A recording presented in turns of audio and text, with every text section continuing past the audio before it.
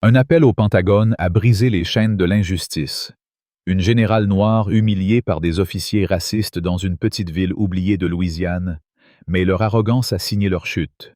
Si vous croyez en la justice, en l'égalité, en la dignité humaine, partagez cette histoire, laissez votre voix résonner. Likez et commentez « Justice pour tous » pour montrer que vous refusez l'injustice, que vous soutenez ceux qui se lèvent contre l'oppression. Écoutez ce récit, ressentez la colère et joignez-vous à nous pour exiger un changement. Dans une chaleur étouffante, quelque part entre Lake Charles et Shreveport, dans un coin perdu de la Louisiane, la générale Isabelle Dubois roulait sur une route déserte, le genre d'endroit où le temps semble s'être arrêté, où les champs de canne à sucre s'étendent à perte de vue, ponctués de poteaux télégraphiques penchés comme des vieillards fatigués.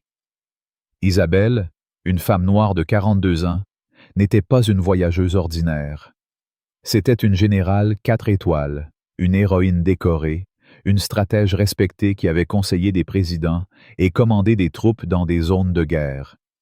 Ce jour-là, elle n'avait ni escorte ni uniforme rutilant.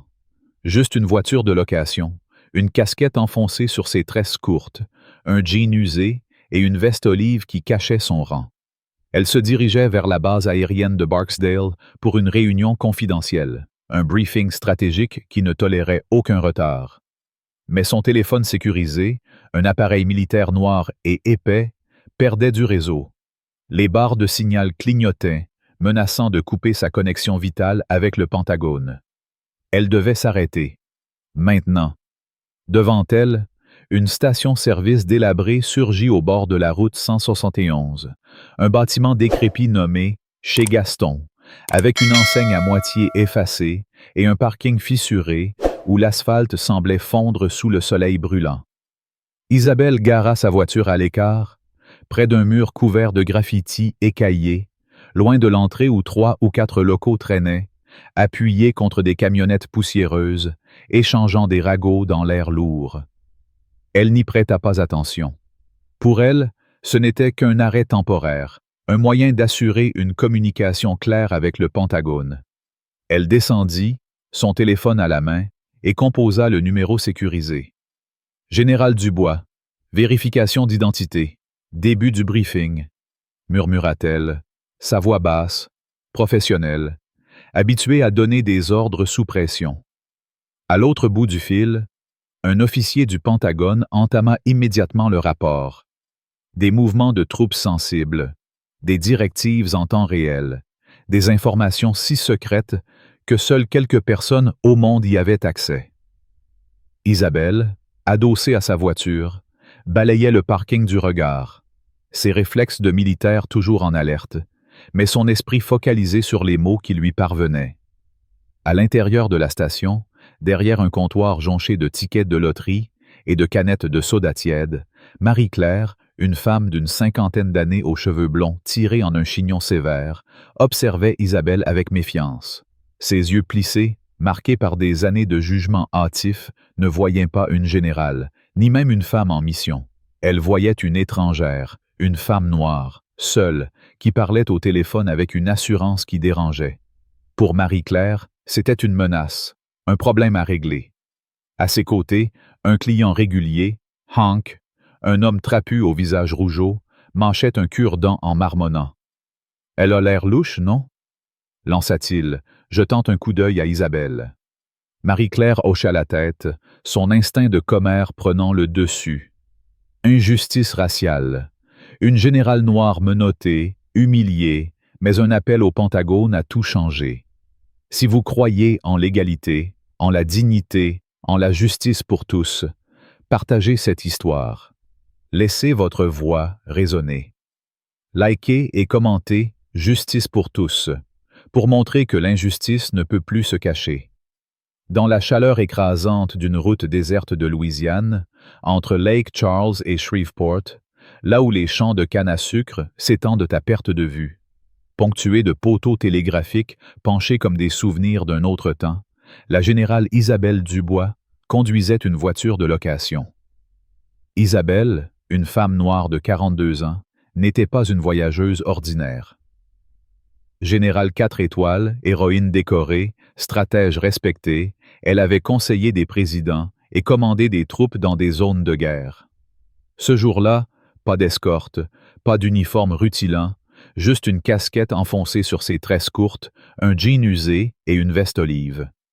Elle se rendait à la base aérienne de Barksdale pour un briefing confidentiel, une mission où chaque seconde comptait. Mais son téléphone sécurisé, un appareil militaire noir et massif, perdait du réseau. Les barres de signal s'évanouissaient, menaçant de couper sa connexion vitale avec le Pentagone. Elle devait s'arrêter. Immédiatement. Une station-service délabrée apparut au bord de la route 171, un bâtiment fatigué nommé chez Giaston, avec une enseigne à moitié effacée et un parking fissuré, où l'asphalte fondait sous le soleil brûlant.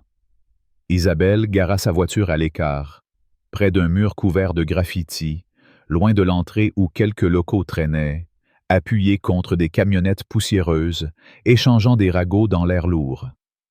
Pour elle, ce n'était qu'un arrêt technique, un moyen d'assurer une communication claire. Elle descendit, son téléphone à la main, et composa le numéro sécurisé. Général Dubois, vérification d'identité. Début du briefing, murmura-t-elle, sa voix basse, professionnelle, habituée à la pression. À l'autre bout, un officier du Pentagone entama le rapport. Des mouvements de troupes sensibles, des ordres en temps réel, des secrets que seuls quelques initiés pouvaient entendre. Isabelle, adossée à sa voiture, balayait le parking du regard, ses réflexes militaires en alerte, mais son esprit rivé aux mots cruciaux. À l'intérieur de la station, derrière un comptoir encombré de tickets de loterie et de canettes tièdes, Marie-Claire, une femme d'une 50aine d'années, cheveux blonds tirés en un chignon sévère, observait Isabelle. Ses yeux plissés, marqués par des années de jugement hâtif, ne voyaient pas une générale, ni même une femme en mission. Elle voyait une étrangère, une femme noire, seule, parlant au téléphone avec une assurance qui dérangeait. Pour Marie-Claire, c'était une menace. À ses côtés, Hank, un client régulier, trapu, visage rougeau, mâchait un cure-dent. « Elle a l'air louche, non ?» lança-t-il. Marie-Claire hocha la tête, son instinct de commerce s'enflamma. Elle attrapa le téléphone fixe et appela la police de Mosswood. « Oui, une femme bizarre près des pompes, » chuchota-t-elle, sa voix tremblante d'excitation malveillante. « Elle parle au téléphone. Elle a l'air suspecte, peut-être droguée. Venez vite. » Elle raccrocha, un sourire satisfait aux lèvres. Hank ricana. « Faut leur montrer qui commande ici. » À l'autre bout de la ville, deux officiers, Jacques Berger et Luc Moreau, reçurent l'appel dans leur voiture de patrouille. Jacques, la trentaine, cheveux rasés, torse bombé, avait une réputation d'homme dur. Luc, plus jeune, plus maigre, débordait d'arrogance juvénile. Mosswood était ennuyeuse, et un appel comme celui-ci était une aubaine. « Une femme suspecte, hein ?» dit Jacques, mettant ses lunettes de soleil. « Allons lui donner une leçon. » Luc gloussa, excité. Ils firent demi-tour, sirène hurlante, et foncèrent vers chez Gaston. Isabelle, toujours au téléphone, notait mentalement les instructions. « Oui, monsieur, je confirme la séquence. Relais dans 30 minutes, » répondit-elle, son ton ferme. Elle ne vit pas les regards curieux qui se tournaient vers elle. Un groupe de badauds s'était formé, attiré par cette femme qui ne ressemblait pas aux habitués. Parmi eux, Remy, 20 ans, casquette à l'envers, smartphone à la main, commença à filmer, un rictus moqueur sur le visage. « Regarde celle-là, elle se prend pour qui ?» lança-t-il à ses amis, qui éclatèrent de rire. Isabelle les ignora, concentrée, mais sentit l'atmosphère changer. Soudain, des éclats rouges et bleus zébrèrent le parking. Deux voitures de police surgirent, Gravier crissant sous les pneus. Jacques et Luc jaillirent, mains sur leur ceinture, prêtes à dégainer. Isabelle baissa lentement son téléphone, plissant les yeux face au gyrophare. Elle posa l'appareil sur le capot, gardant ses mains visibles, paumes ouvertes, comme appris à West Point.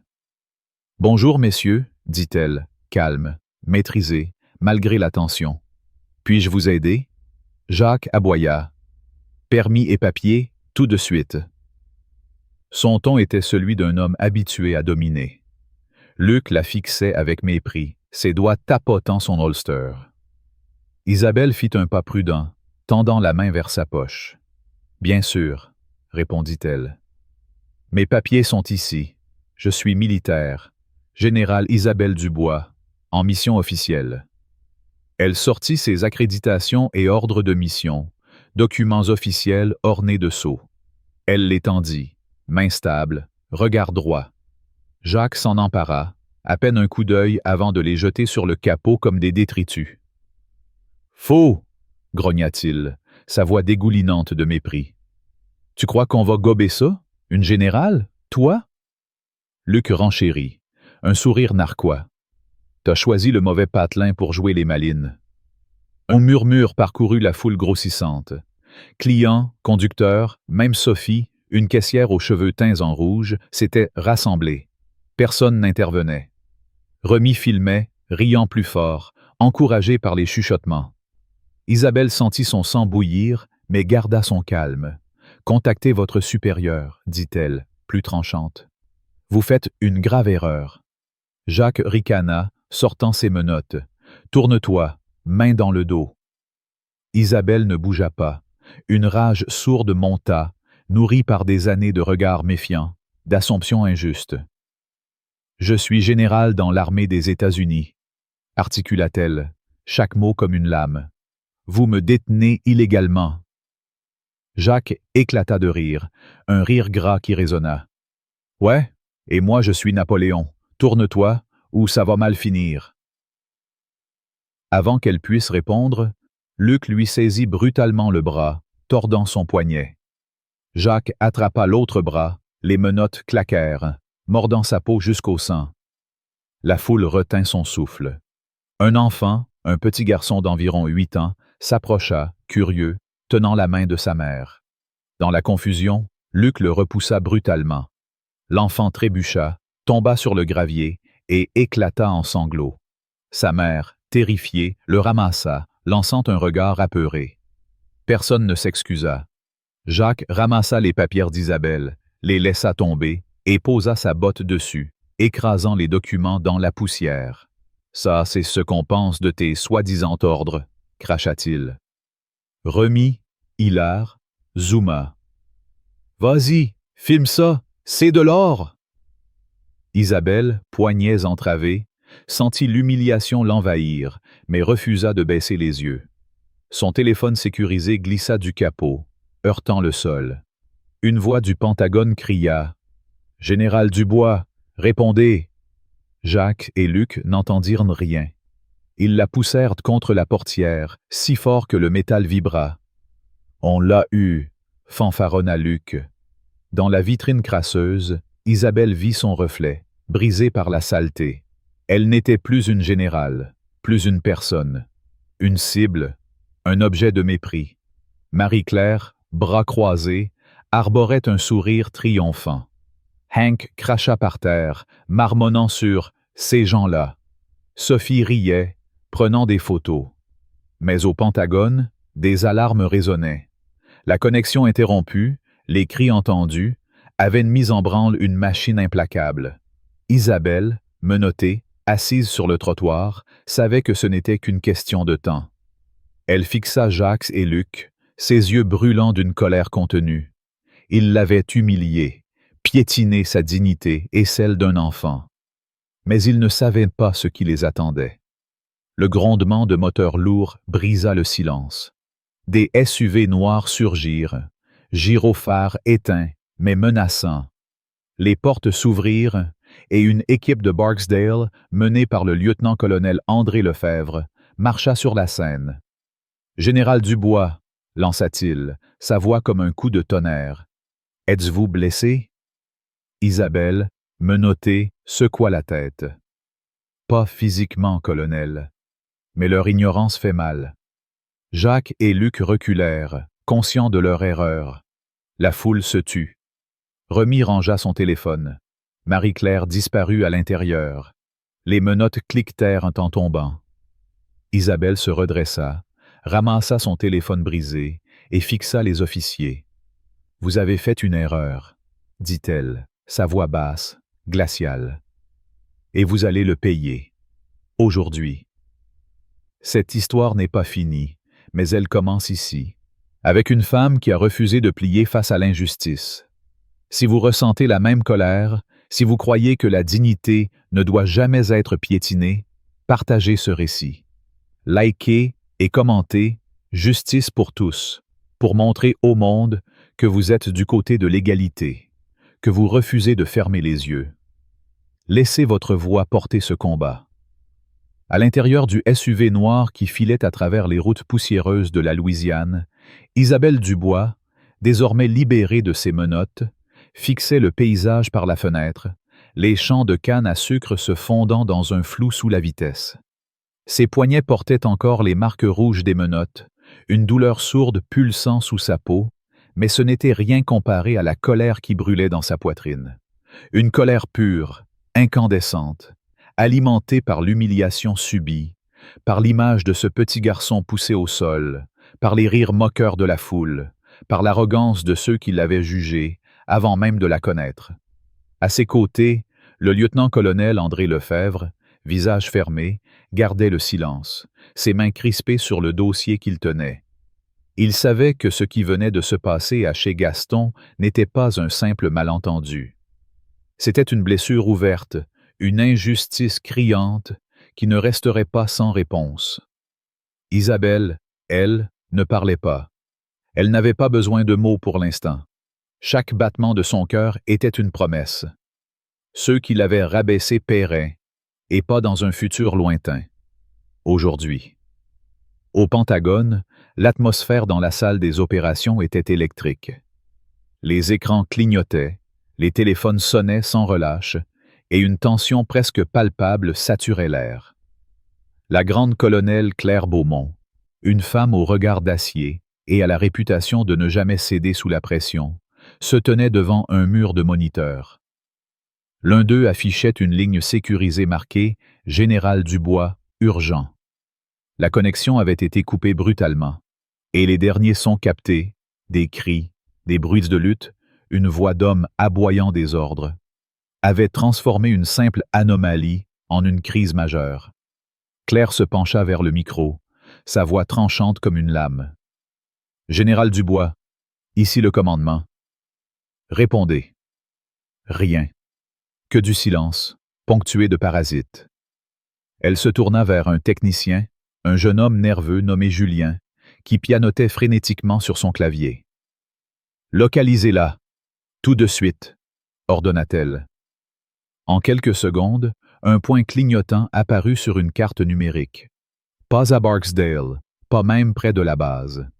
Isabelle était bloquée dans un coin perdu appelé Mosswood, à une station-service au bord de la route 171. Claire serra les mâchoires. « Appelez la sécurité de Barksdale et mettez-moi en ligne avec le JAG.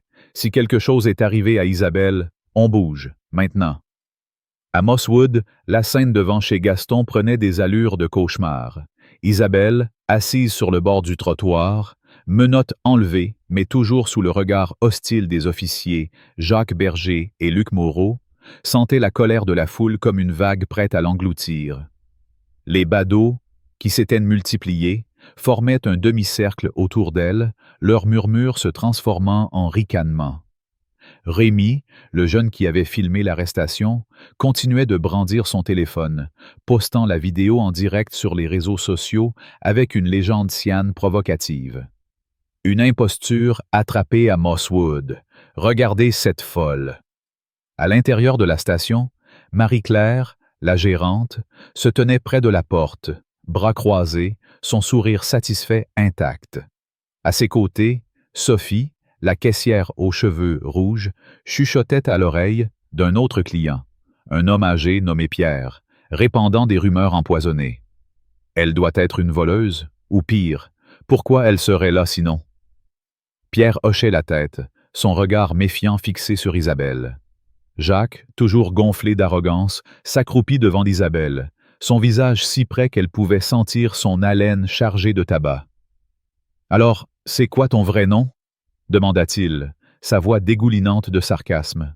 « Pour qui tu travailles, hein ?» Isabelle, les poings serrés, répondit d'un ton glacial. « Vous avez mes papiers, mes ordres de mission, tout est cela. » Luc, appuyé contre la voiture de police, éclata d'un rire sec. « Tes papiers? Des torchons, ouais. Tu vas être bouclée pour obstruction, ma petite. » Il fit un pas vers elle, son ombre s'étendant sur le trottoir, et ajouta, assez fort pour que la foule entende, « Les gens comme toi, on sait ce que vous faites. Toujours à causer des problèmes. » Et échequé. Un frisson de rage traversa Isabelle. « Les gens comme moi ?» répéta-t-elle, sa voix basse mais vibrante de défi. Elle se redressa légèrement, malgré la douleur dans ses poignets, et planta son regard dans celui de Luc. « Vous ne savez rien de moi. » Mais Jacques n'écoutait pas. Il se tourna vers la foule, jouant les héros locaux. « On gère, les amis. Pas de panique, on a la situation en main. » Quelques rires éclatèrent, des applaudissements épars. Remy zooma sur Isabelle, criant « Vas-y, dis-le que t'es une menteuse. » Soudain, une voix tremblante s'éleva. Une vieille femme, Madame Clara, petite et frêle, s'avança d'un pas hésitant, son panier de courses serré contre elle. « Laissez-la tranquille, » murmura-t-elle, sa voix presque noyée par le brouhaha. « Elle n'a rien fait de mal. » Luc pivota vers elle, son visage tordu par un rictus. « Retourne chez toi, vieille folle, ou tu finis comme elle » cria-t-il, faisant un geste menaçant. Clara recula, trébucha sur une fissure du trottoir et s'effondra, son panier roulant au sol, ses pommes éparpillées dans la poussière. La foule se tut un instant, choquée, mais personne ne bougea pour l'aider. Sophie, depuis la porte de la station, éclata de rire, un son aigu et cruel qui transperça l'air. Isabelle, le cœur battant, tenta de se lever pour aider Clara, mais Jacques la repoussa brutalement sur le trottoir. « Reste où t'es » aboya-t-il. La rage d'Isabelle atteignit un point de non-retour. Elle voyait tout, l'enfant pleurant dans les bras de sa mère, Clara à terre, humiliée, les rires de la foule, les regards méprisants de Jacques et Luc. Et puis, il y avait ce téléphone brisé, gisant dans la poussière, son lien avec le Pentagone rompu, des informations sensibles potentiellement compromises. Mais ce qui la brûlait le plus, c'était l'injustice pure, la façon dont ces hommes, cette foule, avaient décidé de la réduire à rien, à cause de sa peau, de son sexe, de leur propre ignorance. Pendant ce temps, Jacques et Luc, convaincus de leur pouvoir, décidèrent d'aller plus loin. « On va vérifier cette voiture », lança Jacques, un sourire mauvais aux lèvres. Ils ouvrirent le coffre de la voiture de location d'Isabelle, fouillant sans ménagement, jetant ses affaires personnelles, un sac de voyage, des dossiers marqués « confidentiels » sur le sol. Luc, dans un élan de provocation, saisit un boîtier électronique militaire, un dispositif de communication sécurisé, et le lança contre le mur de la station. Le plastique se brisa, des éclats tombant comme des éclats de la dignité d'Isabelle. « Oups !» railla-t-il, sous les rires de Remy et de quelques badauds. Marie-Claire, depuis la porte, applaudit discrètement, comme si elle assistait à un spectacle. Mais au Pentagone, la machine s'était mise en marche. Julien, le technicien, avait triangulé la position exacte d'Isabelle. Claire Beaumont, penchée sur la carte, ordonna « Envoyez une équipe de Barksdale, priorité absolue, et je veux le chef de la police de Mosswood au téléphone. » À Barksdale, une alerte rouge fut déclenchée.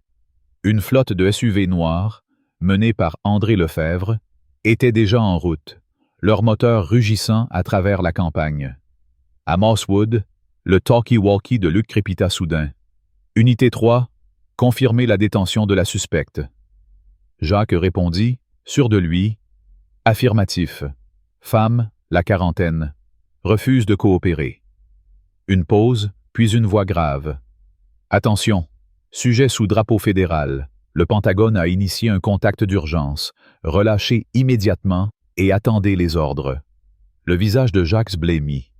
Luc, qui avait entendu, lâcha un « C'est quoi ce bordel ?» à mi-voix. Isabelle, toujours assise, ne dit rien. Elle les fixa, son regard comme une lame aiguisée, attendant. Jacques, nerveux, fouilla dans ses poches pour les clés des menottes, ses mains tremblantes. Il marmonna un « Désolé, madame », à peine audible, mais sans oser croiser ses yeux. Luc, lui, tenta de garder la face, lançant un regard noir à la foule, comme pour la défier de commenter. Les menottes tombèrent avec un cliquetis. Isabelle se leva lentement, massant ses poignets endoloris, ses yeux ne quittant pas les deux officiers. La foule, si bruyante un instant plus tôt, était désormais silencieuse. Même Remy baissa son téléphone, son arrogance envolée. Marie-Claire, sentant le vent tourner, disparut à l'intérieur de la station, prétendant vérifier quelque chose. Sophie, restée près de la porte, cessa de rire, son visage figé. Clara, toujours à terre, fut enfin aidée par un passant, un jeune homme qui n'avait pas osé intervenir plus tôt. Isabelle ramassa son téléphone brisé, son écran fissuré reflétant la lumière du soleil. Elle le serra dans sa main, consciente que des informations critiques avaient peut-être été compromises. Puis elle se tourna vers Jacques et Luc. « Vous pensiez que ça s'arrêterait là ?» dit-elle, sa voix basse, presque un murmure, mais si puissante qu'elle sembla vibrer dans l'air. « Vous avez tort. » Le rugissement des moteurs des SUV de Barksdale envahit le parking. Les véhicules s'arrêtèrent dans un concert de crissements de pneus et André Lefebvre en sortit, suivi d'une équipe de sécurité au visage grave. « Général Dubois, » lança-t-il, sa voix portant comme un coup de fouet. « Êtes-vous blessé ?» Isabelle secoua la tête. « Pas au point de m'arrêter, colonel. Mais eux ?» Elle désigna Jacques et Luc d'un regard glacial. « Ils vont souhaiter ne jamais m'avoir rencontré. » André se tourna vers les officiers, son ton aussi dur que l'acier. « Vous êtes relevés de vos fonctions. Toute action supplémentaire sera considérée comme une obstruction à la justice. » Jacques bégaya.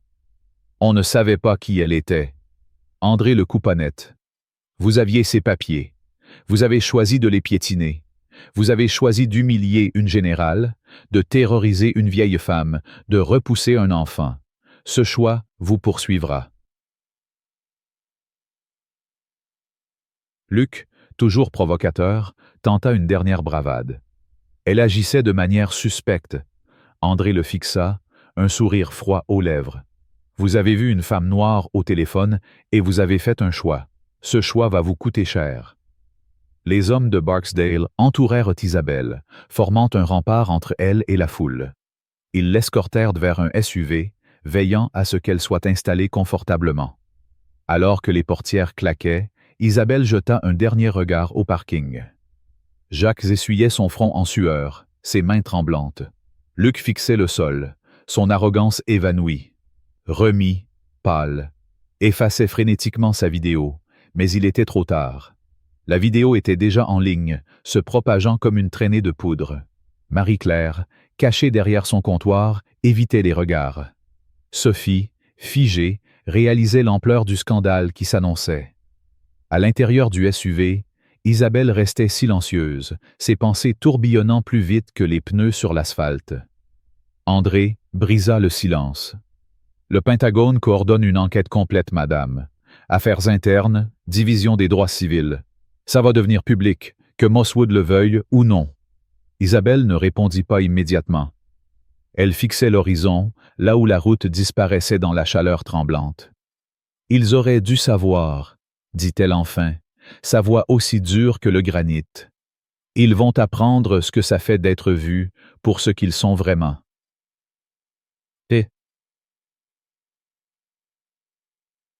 La vidéo de Remy, malgré ses efforts pour la supprimer, avait déjà atteint des milliers de vues. Les images granuleuses montraient Isabelle menottée, expliquant calmement son rang, tandis que Jacques et Luc l'ignoraient, piétinaient ses papiers, repoussaient un enfant, menaçaient une vieille femme. Les réseaux sociaux s'enflammèrent. Les hashtags #Justice pour Isabelle et #Mosswood Scandal commencèrent à circuler, portés par une indignation croissante. Les organisations de vétérans, d'habitude prudentes, publièrent des communiqués exigeant des comptes. Les leaders des droits civils dénoncèrent un cas flagrant de profilage racial. À Mosswood, le chef de la police, un homme bourru nommé Gérard Vasseur, fut submergé d'appels de journalistes. Il tenta de minimiser, parlant d'un malentendu regrettable, mais les images parlaient d'elles-mêmes. Il n'y avait pas de malentendu. Il y avait de l'arrogance, de l'abus, du mépris. Isabelle, dans le SUV, serrait toujours son téléphone brisé. Elle savait que ce n'était que le début. La colère qu'elle ressentait n'était pas seulement la sienne. C'était celle de tous ceux qui avaient été jugés, rabaissés, ignorés à cause de leur apparence, de leur origine, de leur courage.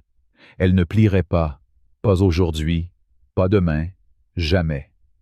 Cette histoire est celle d'une injustice qui ne peut être ignorée. Si vous ressentez la même rage face à l'arrogance, au mépris, à la violence de l'ignorance, faites entendre votre voix.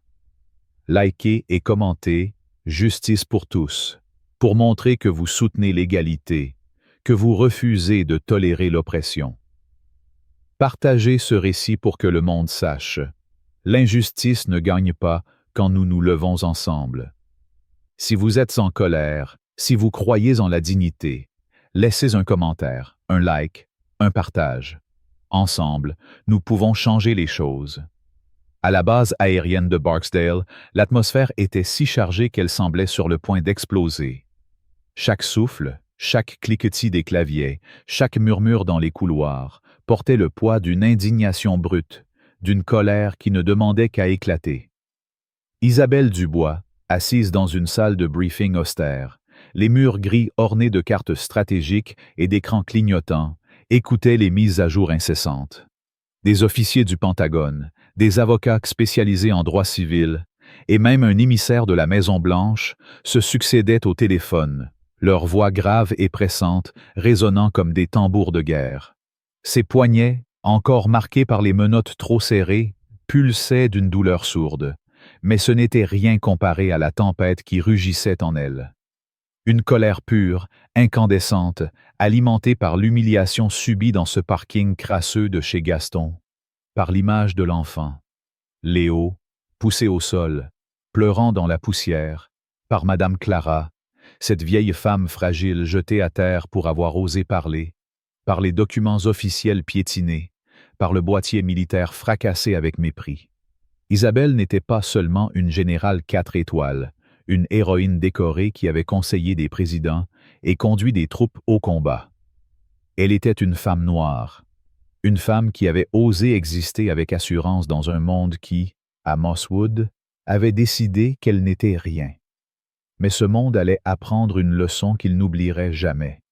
Aujourd'hui, les nouvelles de l'incident s'étaient propagées comme un feu de forêt, dévorant les frontières poussiéreuses de la Louisiane pour embraser le pays tout entier.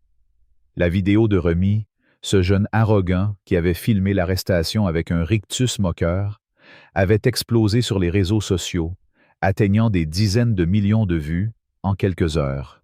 Les images crues, granuleuses, montraient Isabelle, menottée, expliquant calmement son rang de général, tandis que Jacques Berger et Luc Moreau, drapés dans une arrogance insupportable, rejetaient ses accréditations militaires, piétinaient ses papiers dans la poussière, repoussaient brutalement un enfant curieux, menaçaient une vieille femme sans défense.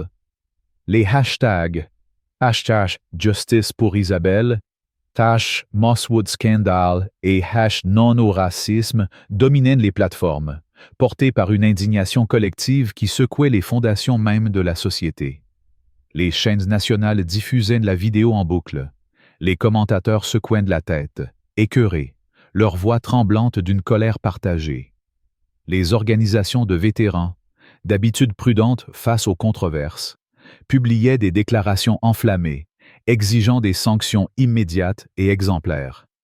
Les leaders des droits civils dénonçaient un cas flagrants de profilage racial et d'abus de pouvoir, tandis que des politiciens, sentant la pression de l'opinion publique, appelaient à une enquête fédérale approfondie. Mosswood, ce point insignifiant sur la carte, ce trou perdu où le temps semblait s'être arrêté, était devenu l'épicentre d'une tempête nationale, un symbole brûlant de l'injustice qui ne pouvait plus être ignoré. À l'intérieur de la base, Isabelle se préparait pour une conférence de presse prévue à midi, devant les grilles de Barksdale. Les officiers supérieurs, nerveux, lui avaient présenté des discours soigneusement rédigés, des phrases diplomatiques conçues pour apaiser, pour naviguer en douceur dans ce champ de mines médiatiques. Elle les avait écoutés en silence. Puis, d'un geste poli mais ferme, elle avait repoussé les feuillets. Elle n'était pas là pour apaiser. Elle n'était pas là pour adoucir les angles, pour offrir une version édulcorée de la vérité. Elle était là pour parler, pour brandir la vérité comme une arme, pour faire trembler ceux qui avaient cru pouvoir la réduire à néant. Dans sa chambre, elle enfila son uniforme de cérémonie, le bleu profond scintillant sous la lumière, chaque médaille, chaque ruban racontant une histoire de courage, de sacrifice, de bataille, menée dans des déserts lointains et des salles de commandement. Mais à Mosswood, ces médailles n'avaient rien valu. On l'avait jugée, non pour ses actes, mais pour la couleur de sa peau, pour les préjugés de ceux qui avaient choisi l'ignorance plutôt que la vérité. Elle ajusta sa casquette, redressa les épaules et marcha vers la sortie, son pas aussi ferme qu'un métronome, son regard inflexible comme l'acier. À ses côtés, le lieutenant-colonel André Lefebvre, fidèle comme une ombre, l'escortait, son visage trahissant une colère contenue mais palpable. Derrière lui, un petit groupe d'officiers du Pentagone, au visage grave, suivait en silence, leurs costumes impeccables contrastant avec la tension brute qui saturait l'air. Dehors, devant les grilles de la base, l'atmosphère était électrique, presque suffocante. Une marée de caméras, de micros entassés, de journalistes murmurant frénétiquement dans leurs téléphones, s'étendait à perte de vue. L'air était lourd, chargé d'une énergie qui annonçait un moment historique, un tournant. Des familles locales s'étaient rassemblées, des vétérans au regard dur, des étudiants brandissant des pancartes manuscrites, où l'on pouvait lire « Justice pour Isabelle » et « Plus jamais ça ». Parmi eux, Isabelle aperçut Amélie, la mère de Léo, tenant son fils par la main.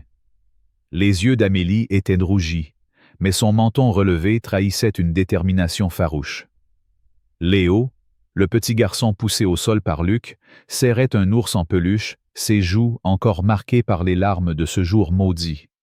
À leur côté, Madame Clara, la vieille femme qui avait osé défier les officiers, se tenait droite, soutenue par un jeune homme du nom de Thomas, un étudiant local qui avait pris sa défense après sa chute. Clara brandissait une pancarte où l'on pouvait lire « Respect pour tous ». Isabelle sentit son cœur se serrer. Ces visages, ces inconnus, portaient le même poids qu'elle, celui d'être vus, jugés, rabaissés pour ce qu'ils étaient, pour ce qu'ils représentaient. Ils étaient là, non pas comme spectateurs, mais comme témoins d'une lutte plus grande, d'un combat pour la dignité humaine.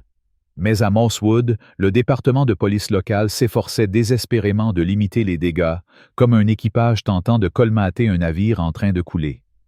Le chef Gérard Vasseur, un homme robuste, plus habitué à chasser le cerf dans les marais qu'à affronter une crise médiatique, se tenait devant un mur de caméras, son chapeau de cow-boy trempé de sueur, ses mains tremblantes serrant un communiqué maladroit. « Nous regrettons profondément cet incident », bégaya-t-il, évitant les regards perçants des journalistes. Les officiers concernés, Jacques Berger et Luc Moreau, sont en congé administratif en attendant une enquête complète. Une jeune reporter de bâton rouge, voix acérée comme une lame, l'interrompit sans ménagement. « Monsieur Vasseur, comment expliquez-vous que des officiers formés aient ignoré des accréditations militaires claires, des documents officiels marqués du sceau du Pentagone? Était-ce une question de race? Était-ce parce que la générale Dubois est une femme noire? » Gérard trébucha sur ces mots. marmonnant des excuses incohérentes sur des tensions élevées et une erreur d'identité. Mais la foule n'y croyait pas. Les images de la vidéo parlaient plus fort que ses paroles creuses. Les spectateurs, à la télévision et en ligne, hurlaient leur indignation. Une erreur? Ils ont piétiné ses papiers, ils ont poussé un enfant, ils ont menacé une vieille femme. Et puis, il y eut pire. Une chaîne de télévision locale, dans une tentative maladroite de donner l'autre version des faits, diffusa une interview enregistrée de Jacques et Luc, filmée avant leur suspension. Jacques, le visage crispé, les yeux fuyants, tentait de se justifier. « On faisait notre travail. Elle n'avait pas l'air d'une générale, c'est tout. » Luc, fidèle à son arrogance juvénile, renchérissait avec un sourire narquois. Elle cherchait les ennuis, à agir comme ça, toute seule, dans un endroit comme Mosswood. Les gens comme elle, ils viennent ici et ils provoquent. Puis, dans un moment qui fit bouillir le sang des téléspectateurs à travers le pays, Jacques ajouta, la voix lourde de défi. « On n'a pas à s'excuser. On protège notre communauté. » La vidéo de cette interview, juxtaposée aux images de l'arrestation, devint virale en quelques minutes, attisant une indignation déjà explosive. Les réseaux sociaux s'enflammèrent de commentaires outrés. Protéger leur communauté en terrorisant une générale, un enfant, une vieille femme? Écrivait un internaute. Un autre ajoutait. Leur communauté, c'est celle qui rit pendant qu'on piétine la dignité? Honte à eux! Marie-Claire, la gérante de chez Gaston, qui avait déclenché cette tragédie par son appel malveillant, tenta de fuir la tempête. Des rumeurs circulaient qu'elle avait chargé son pick-up à la hâte et quitté Mosswood sous le couvert de la nuit, espérant échapper à la honte. Mais des journalistes locaux, flairant le scandale, la retrouvèrent dans un motel miteux à la périphérie de Shreveport. Confrontée par une caméra, elle bégaya, ses mains tremblantes serrant un sac à main usé. « Je ne savais pas qui elle était, j'ai juste appelé la police, c'est tout, j'ai cru qu'elle était dangereuse. » Mais une enquête rapide, menée par des reporters tenaces, révéla un passé entaché. Des plaintes répétées pour des remarques racistes envers des clients, des employés, même des passants dans la petite ville de Mosswood. Une ancienne employée, une jeune femme noire nommée Camille, témoigna à la télévision. « Marie-Claire m'a traité de paresseuse, et pire encore, juste parce que je ne baissais pas les yeux devant elle. Elle déteste tout ce qui ne lui ressemble pas. » Sophie, la caissière aux cheveux teints en rouge, tenta de se distancer du scandale en publiant un message sur les réseaux sociaux, prétendant n'avoir rien à voir avec l'incident.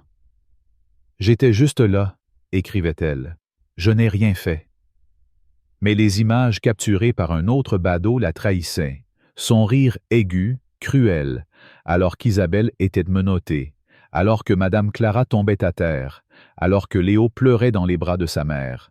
Ce rire, immortalisé, devenait une preuve accablante, un écho de sa complicité silencieuse. Remy, le jeune qui avait filmé la scène, avait supprimé son compte en ligne, espérant effacer sa honte.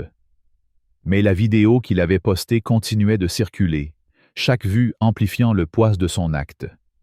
Des messages anonymes le harcelaient, et il disparut de la ville, incapable de supporter le poids de sa propre honte. À Barksdale, Isabelle reçut un appel du département de la justice. Une enquête fédérale avait été ouverte, visant non seulement Jacques et Luc, mais aussi le département de police de Mosswood dans son ensemble. Des avocats spécialisés en droit civil, venus de la Nouvelle-Orléans, de Washington et même de New York, travaillaient sur une plainte officielle au nom d'Isabelle, accusant les officiers d'abus de pouvoir, de profilage racial et de violation des droits fédéraux. Le gouverneur de Louisiane, sous une pression croissante, sortit de son silence habituel pour qualifier l'incident de abus de pouvoir inacceptable contre une héroïne nationale.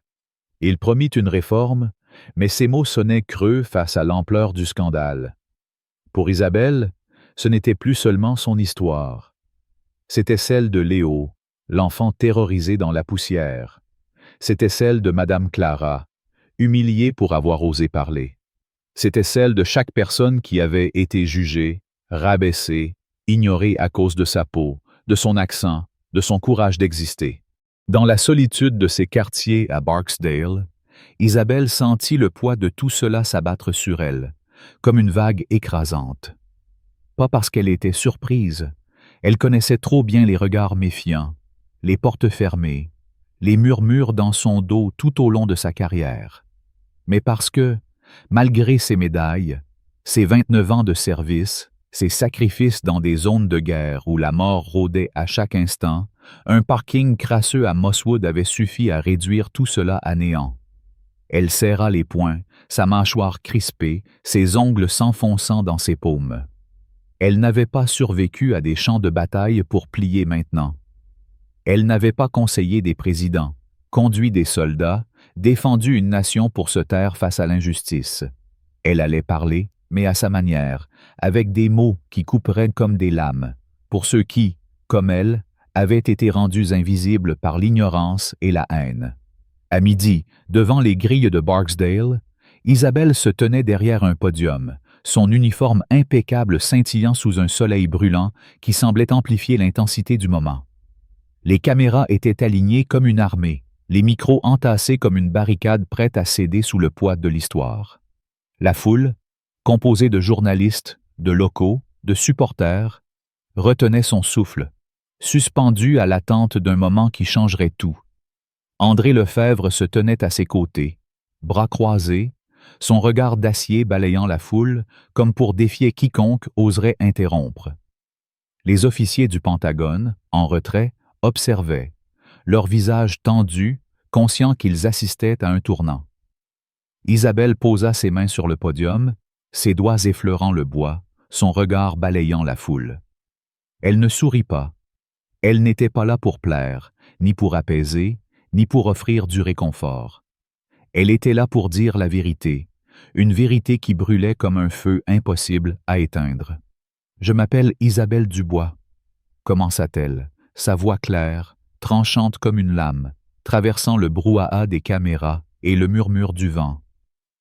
Général dans l'armée des États-Unis, depuis 29 ans, je sers ce pays. J'ai conduit des soldats au combat, conseillé des présidents, défendu les idéaux inscrits dans notre Constitution. J'ai risqué ma vie pour protéger la liberté, pour défendre la justice, pour faire de ce monde un endroit où chacun pourrait marcher la tête haute. Mais à Mosswood, rien de cela n'a compté. Elle marqua une pause, laissant ses mots s'installer dans l'air lourd, chaque syllabe comme un coup de marteau sur une enclume. On ne m'a pas jugé pour mon caractère, pour mon service, pour mon uniforme. On m'a jugé pour la couleur de ma peau, pour les préjugés de ceux qui ont choisi de ne pas voir au-delà de leur propre peur, de leur propre haine. La foule était silencieuse, suspendue à ses paroles. Les journalistes griffonnaient frénétiquement, leurs stylos grattant le papier comme un écho de la tension ambiante. Mais Isabelle ne parlait pas pour eux. Elle parlait pour Amélie, la mère de Léo, qui serrait son fils contre elle, ses yeux brillants de larmes contenues. Elle parlait pour Madame Clara, qui brandissait sa pancarte avec une dignité retrouvée. Elle parlait pour chaque visage dans l'ombre, pour chaque personne qui avait ressenti ce pincement au cœur, cette douleur aiguë d'être réduit à rien par un regard, un mot, un geste.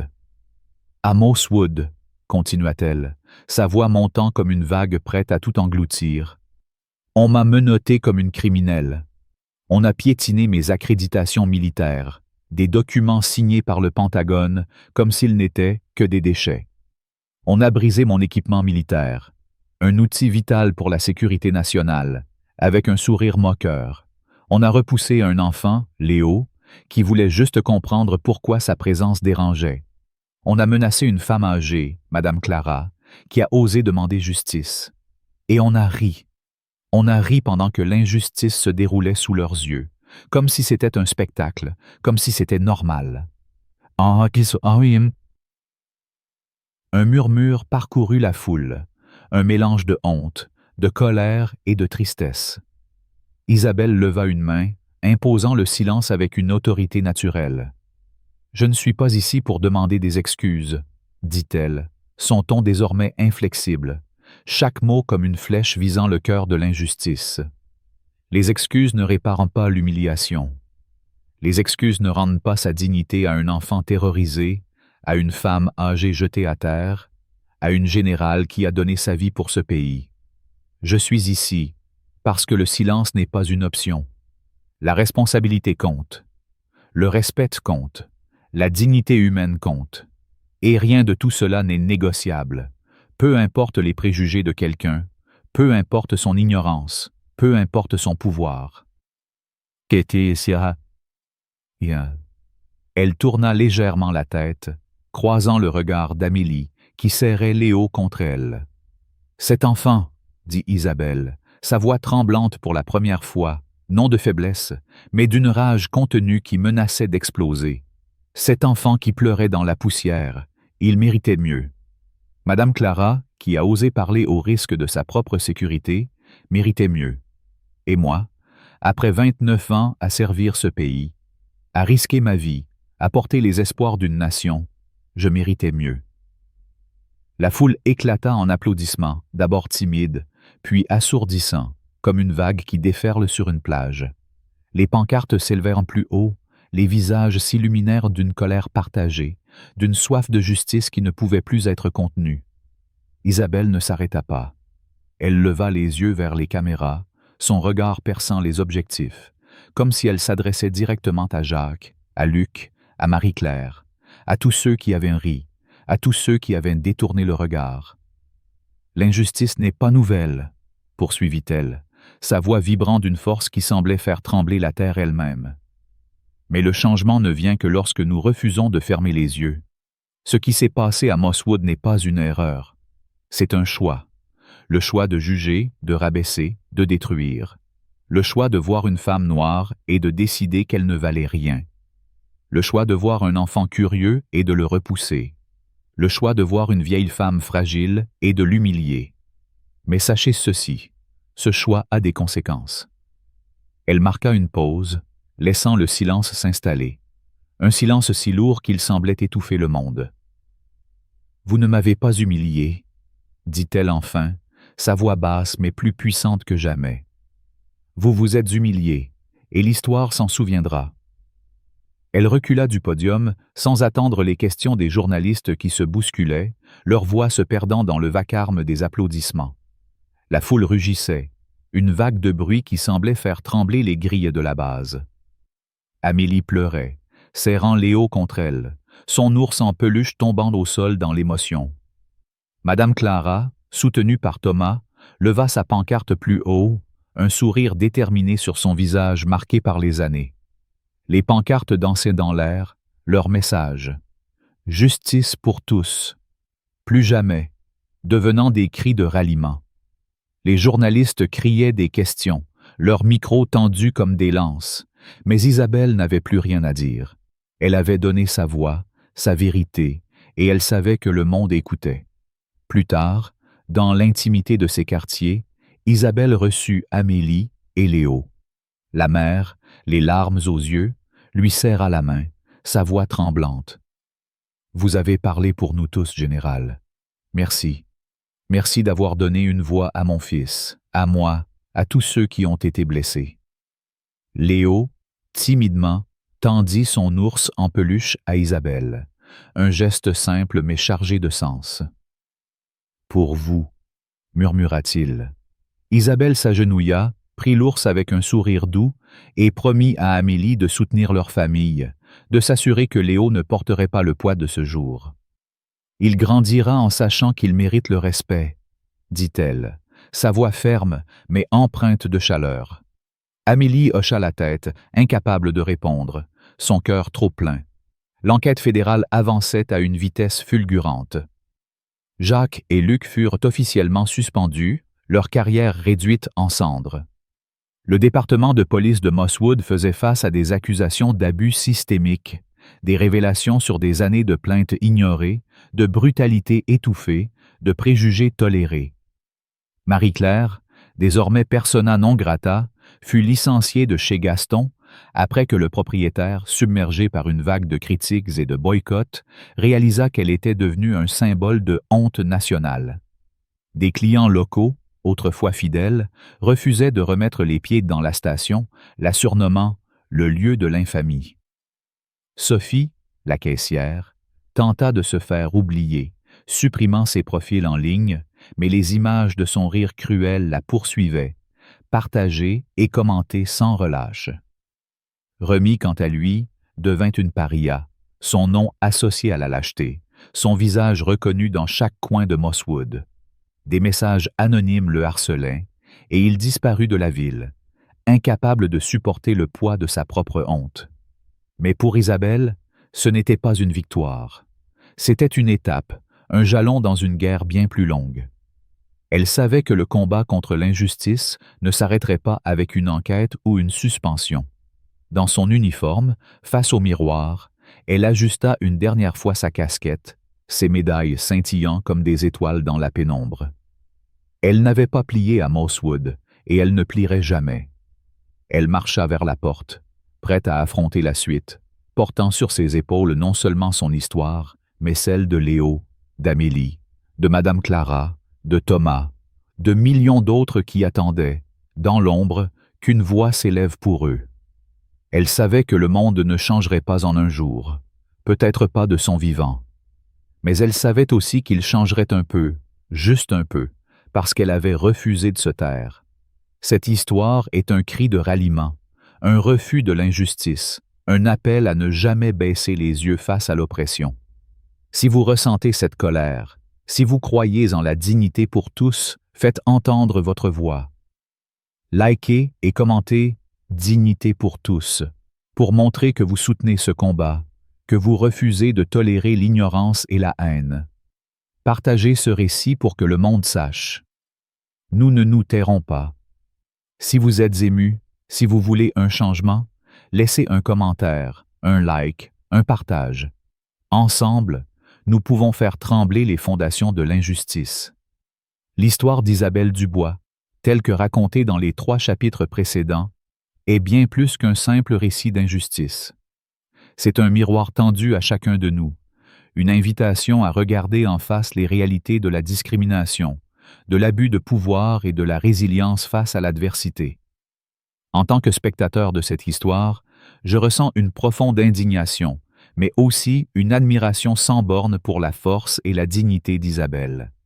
À travers son combat, elle nous enseigne des leçons essentielles sur le courage, la justice et la responsabilité individuelle, des leçons que nous pouvons appliquer dans nos vies quotidiennes pour construire un monde plus équitable. Dans cette réflexion, je partage mes sentiments face à cette histoire et les enseignements que j'en tire, tout en proposant des façons concrètes de les mettre en pratique dans l'esprit de la culture française, où les valeurs de liberté, d'égalité et de fraternité résonnent profondément. Tout d'abord, l'histoire d'Isabelle m'a frappé par son intensité émotionnelle. L'image d'une générale 4 étoiles menottée dans un parking poussiéreux, humiliée non pas pour ses actes, mais pour la couleur de sa peau, est insupportable. La colère qui bouillonne en moi face à l'arrogance des officiers Jacques et Luc, face au rire cruel de Sophie, face à l'indifférence de la foule, est une colère partagée par des millions de personnes. Mais au-delà de cette rage, ce qui m'émeut le plus, c'est la résilience d'Isabelle. Malgré l'injustice, elle refuse de plier. Elle se tient droite, parle avec une voix claire et ferme lors de sa conférence de presse, transformant son humiliation en un cri pour la justice. Cette force me rappelle que, même dans les moments les plus sombres, nous avons le pouvoir de nous relever, de faire entendre notre voix et de réclamer le respect qui nous est dû. Une première leçon que je tire de cette histoire est l'importance de ne jamais rester silencieux face à l'injustice.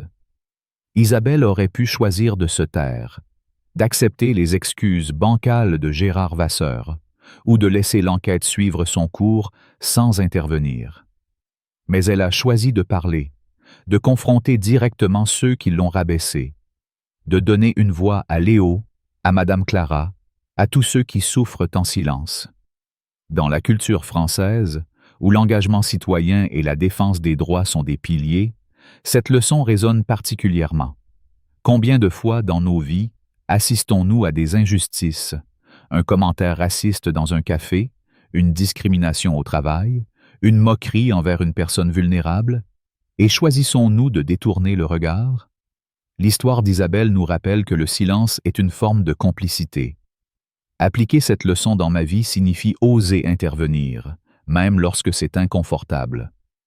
Cela peut être aussi simple que corriger une remarque discriminatoire lors d'un dîner, soutenir un collègue marginalisé ou signaler un abus. Chaque petite action compte, car, comme Isabelle l'a montré, une voix peut déclencher une vague de changement. Une deuxième leçon est celle de la responsabilité individuelle. Jacques, Luc, Marie-Claire, Sophie et Remy ne sont pas seulement des personnages d'une histoire. Ils représentent des choix. Le choix de juger, de rabaisser, de rire au lieu d'écouter. Leurs actions, motivées par des préjugés, ont eu des conséquences dévastatrices, non seulement pour Isabelle, mais pour eux-mêmes, leur carrière ruinée, leur réputation ternie. Cette leçon me pousse à réfléchir à mes propres choix. Dans la vie quotidienne, il est facile de tomber dans le piège des stéréotypes. Juger une personne sur son apparence, son accent, son statut.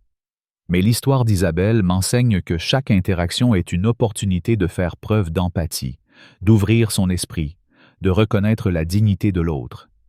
En France, où la devise « liberté, égalité, fraternité » guide les idéaux, cela signifie traiter chaque personne avec le même respect, qu'elle soit un général ou un passant dans la rue. Je m'engage à questionner mes préjugés, à écouter avant de juger, à agir avec bienveillance, même dans les moments où la facilité serait de suivre la foule. Enfin, l'histoire d'Isabelle m'a appris le pouvoir de la solidarité. Lors de la conférence de presse, la présence d'Amélie, de Léo, de Madame Clara et de Thomas, brandissant des pancartes, montre que le combat pour la justice n'est jamais solitaire. Ces individus, chacun à leur manière, ont soutenu Isabelle, renforçant son message. Cette solidarité m'inspire à construire des ponts dans ma propre communauté.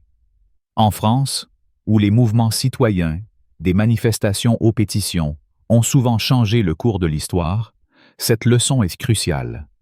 Je peux l'appliquer en m'engageant dans des associations locales, en soutenant des initiatives pour l'égalité ou simplement en étant présent pour ceux qui en ont besoin. Par exemple, organiser un débat dans mon quartier sur la discrimination, participer à des collectes pour des familles marginalisées ou même offrir une écoute attentive à un ami en difficulté sont des actes de solidarité qui, cumulés, transforment la société.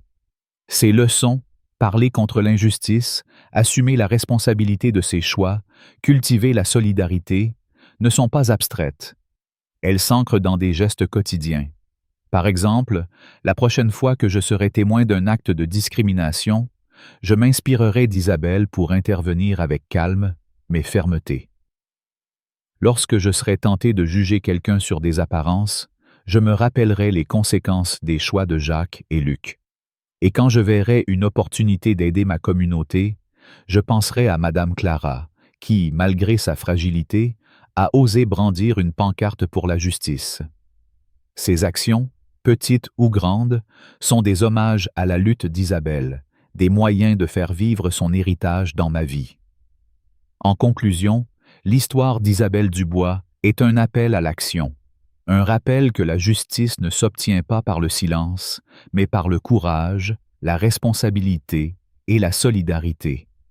Elle nous enseigne que, même face à l'injustice la plus cruelle, nous avons le pouvoir de changer les choses.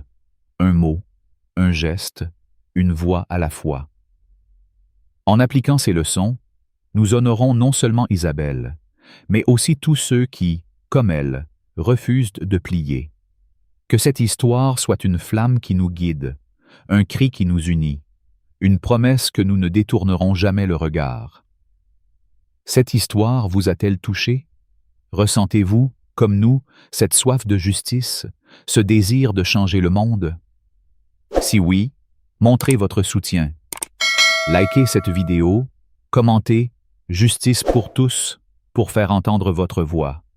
et partagez ce récit pour inspirer d'autres à se lever contre l'injustice.